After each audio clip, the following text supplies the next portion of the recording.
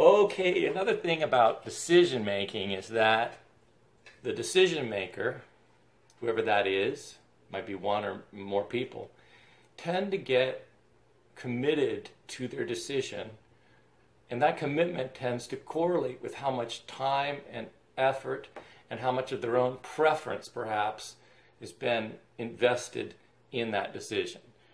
That's fine, especially if we think about the life of an entrepreneur. An entrepreneur, kind of by definition, is going to have ideas that other people doubt will work.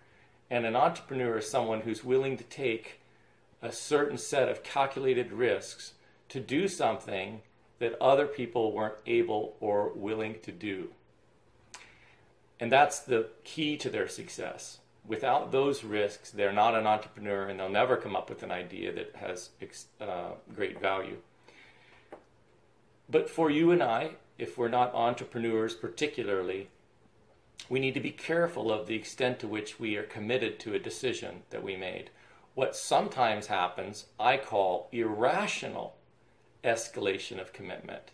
Now that's a little bit different because of the word irrational. Irrational escalation commitment is when you make a decision and you implement it, and there's evidence other people are telling you, and you're seeing in the process of using that, what you bought or what you did systematically in the organization, you see evidence that it's not succeeding. You decided to launch a particular product. Marketing information from initial sales is indicating it's not doing well. Often we retrench and recommit ourselves to that product because we believed it was a good idea in the beginning, so we up the ante and say, I'm committed to it. That might be fine, you could be right, but the longer you keep the market out there, the more money you're spending, and if it turns out that product or that system that you put in place is not going to be profitable, is not going to be effective, then you're losing more money. That commitment that you're increasing is actually costing the organization more money. The bottom line is it's hard to admit when we're wrong. It's hard to admit when we had an idea or we made a decision that turns out that it wasn't profitable or it wasn't effective. That's irrational and dysfunctional and harmful to the organization. So what we need to do to guard against this irrational level of escalation of commitment is have some trusted people around us. Somebody who's going to say, hey, yo, and grab us in the shoulder and say, look at me. I got to tell you, this isn't going well. You really need to consider the decision you made and your level of commitment to it. I think you're in a dangerous place.